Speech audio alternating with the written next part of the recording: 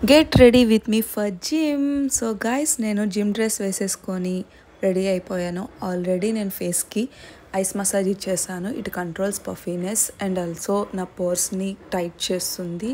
And toner ఇచ్చేసి 2 minutes gap తీసుకొని moisturiser ఇచ్చేసాను. It's completely gel based.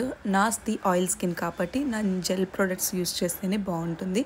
ఆయిల్స్ని control చేస్తుంది. ఇది పాట్ కాజల్. ఇది చాలా బాగుంటుంది గైస్, లాంగ్ లాస్టింగ్ ఉంటుంది, స్మర్జ్ ప్రూఫ్. అండ్ అలాగే ఇది ఏమి పెయిడ్ ప్రమోషన్ కాదు. ఇది నేను ఎక్కడో సిఎంఆర్ సెంటర్లో తీసుకున్నాను. 300 అరౌండ్. మీరు ట్రై చేస్తారంటే ఒకసారి ట్రై చేయండి.